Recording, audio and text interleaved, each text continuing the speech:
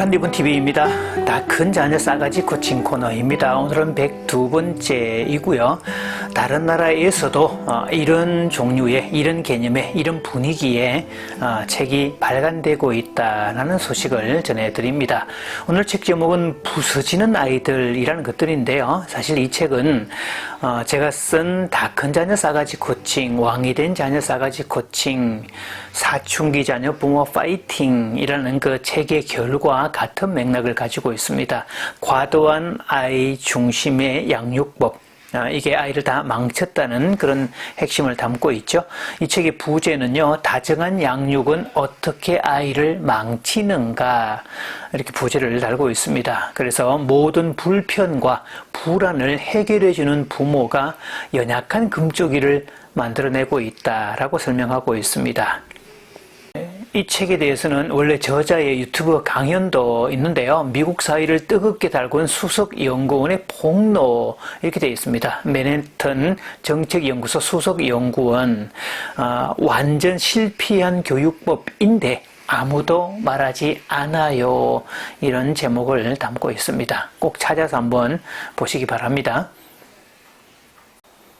아마 미국 사회에서도 이 아이들의 문제가 아주 심각하게 대두가 되고 있다는 것을 반증하고 있는 책이기도 하겠죠. 불안정하고 무기력하고 자기 많은 아이들, 왜 이토록 많아진 것일까, 이런 제목을 담고 있죠. 자, 그러면서 요즘 상황도 얘기를 하고 있죠. 학점이 잘 안 나와, 그러면서 대학 교수에게 따지는 부모, 자식을 잘 부탁한다고 군대 후임 부모가 연락을 해오는 경우, 또 말없이 결과 나더니 엄마가 대신 회사에 전화를 하는 경우들, 이런 일들이 많아졌더라. 그래서 전례 없이 부모의 지원과 배려를 받아온 세대에 가장 취약하고 의존적인 어른으로 자라다, 이렇게 말을 하고 있습니다.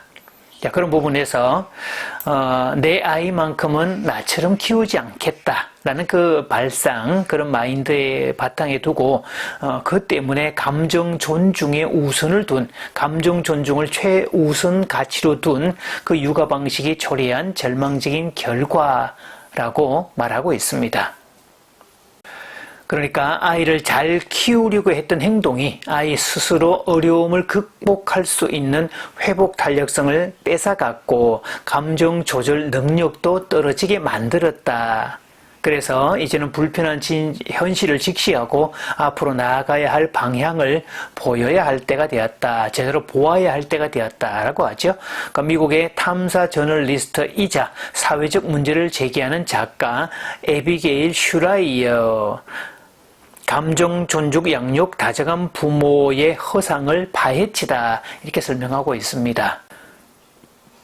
한국에서 두 분의 교수님이 이 책을 추천하고 있습니다. 정재승 교수님인데요. 카이스트 뇌인지과학과 교수님이죠.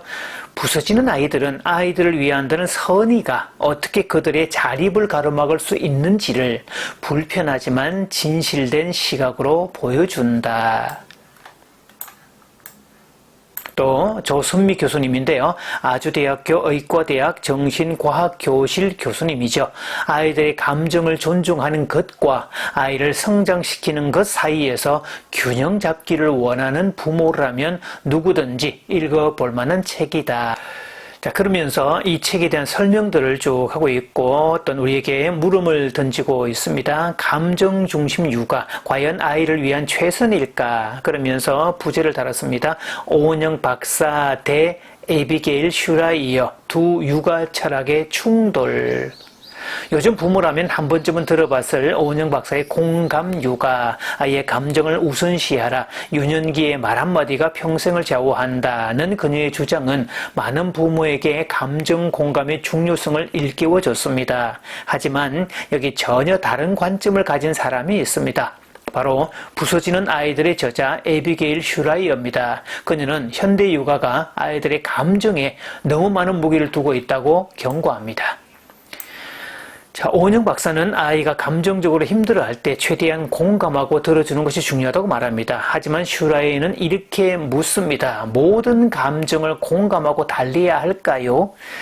아이가 스스로 감정을 소화할 힘은 믿지 않으시나요? 자, 그녀는 아이가 느끼는 슬픔, 외로움, 분노와 같은 불편한 감정도 필요한 성장의 과정에서 필요한 과정이라고 말합니다. 부모가 이를 지나치게 감싸주거나 또 상담 치료를 권하는 것은 아이의 회복력, 독립성을 악화시킬 수 있다. 오히려 역효과를 만들 수 있다라고 말하고 있죠.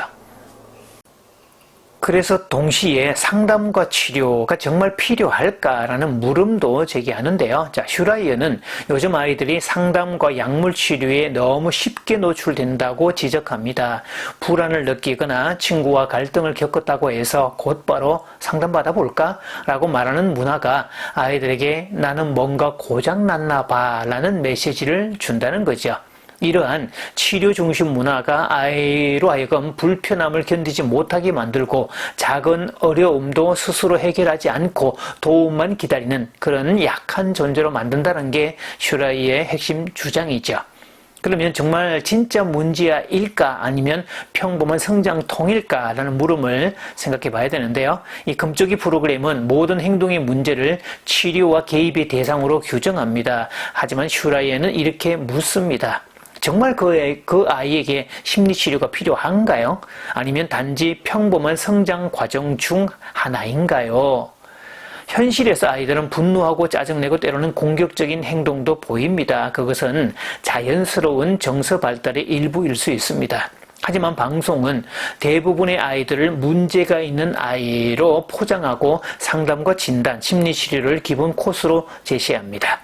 결과적으로 1%의 실제 필요한 아이들뿐 아니라 일시적으로 흔들리는 보통의 아이들, 평범한 아이들까지 금쪽이로 규정되어 버리죠. 슈라이어는요, 상담 치료의 일반화가 정말 안전한가라고 묻고 있습니다. 자, 슈라이어는 매드 테라피라는 에서 미국 청소년 정신건강 시스템의 문제점을 조목조목 짚으며 경고합니다. 특히 과도한 상담과 약물 치료가 정서적으로 아직 미완성인 아이들에게 부정적인 자기 인식을 심어줄 수 있다고 말합니다. 자, 그녀는 상담은 일부 아이들에겐 도움이 되지만 대다수는 그 과정을 통해 오히려 자신이 망가졌다고 믿게 된다고 말하죠. 그래서 이 금쪽이가 방송되는 그 방식은 다음과 같은 몇 가지 문제를 낳습니다. 평범한 감정 기복도 심각한 문제처럼 인식하게 된다. 그러니까 시청자들이 자녀의 작은 행동에도 상담이 필요하다고 착각하게 된다. 그러니까 전국적으로 소아정신과 진료수가 증가하게 된다. 이 치료 문화가 확산된다는 거죠. 결국 모든 아이가 약하고 외부 개입 없이는 자랄 수 없는 그런 존재처럼 보이게 된다라고 그런 위험성들을 말하고 있습니다. 그래서 슈라이어는 전문가와의 인터뷰에서 아이들에게 기분을 물어보는 그 자체가 부정적인 감정을 이끌어낸다는 사실을 말하고 있습니다. 오늘 기분이 어떠니? 라는 질문은 부정적 감정을 유발하니 매일같이 묻지 말라. 행복은 하루 중에 느끼는 주요 감정이 아니다. 평범한 사람이, 보통 사람이 일주일간 느끼는 행복한 순간은 극히 드물다.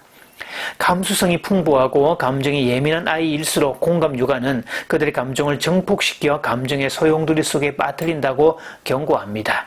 그래서 오은영 박사는 부모의 말 한마디가 아이의 평생을 결정짓는다라고 말하면서 부모의 역할이 매우 중요하고 아이들이 문제의 행동을 일으킬 경우 부모에게 책임이 있다고 말합니다. 하지만 슈라이어는 말합니다.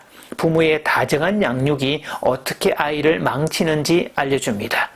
그러면서 이렇게 말하죠. 아이들은 그렇게 연약하지 않다. 어른들이 지나치게 개입하지만 않는다면 그들은 스스로 충분히 회복하고 성장할 수 있다라고 하죠. 물론 아이에게 감정 공감은 분명히 필요합니다. 하지만 그것보다 더 중요한 것은 감정을 인지하고 조절하고 스스로 문제를 해결하는 능력을 갖게 하는 게 더 중요하겠죠. 그래야 세상 속에서 흔들리지 않고 앞으로 갈 수 있는 정신적 근육을 가질 수 있기 때문입니다. 결론은 이렇게 짓고 있습니다. 공감은 하되 간섭하지 말자. 공감은 하되 간섭하지는 말자. 감정 유가는 따뜻합니다. 하지만 때로는 그 따뜻함이 아이를 지나치게 의존적으로 만들 수 있습니다. 에비게일 슈라이어는 이렇게 말합니다. 아이를 위해 진짜 필요한 것은 공감만이 아닌 신뢰와 자율성의 기회라고 말이죠. 그래서 부모는 아이들의 감정을 이해하려고 노력해야 되지만 그 감정에 끌려다니기보다는 아이 스스로 버틸 수 있는 힘을 키워주는 육아를 실천해야 할 때다라고 강조하죠. 자, 그래서 저는 이번에 나온 책 부서지는 아이들이라는 책을 보면서 이 책을 소개하고 있는 그 리뷰를 이렇게 와서 여기서 소개를 하고 있는데요. 아마 제가 보는 그 관점이나 이 책이 말하고 있는 관점이 다 맥락이 같다는 뜻이고, 세계 모든 나라에서 과도한 육아, 과도한 아이 중심, 과도한 감정 중심의 폐해가 좀 드러나고 있다는 것을 각성하고 있다는 아주 반가운 증거로 받아들일 수 있습니다. 자, 그러니 기존 문제 부모 아래 문제 자식이 나온다는 그 과학적 패러다임, 인과론적 패러다임에서 이제는 벗어나서 좀 더 부모가 주체가 되는, 그래서 갓난아기 때는 아이 중심이어야 되지만 다 큰 아이는 그게 해당되지 않는다는 것을 알고 부모로서 꼭 자신감을 가질 수 있기를 바랍니다. 아이는 발달 단계에 맞게 키워야 되죠.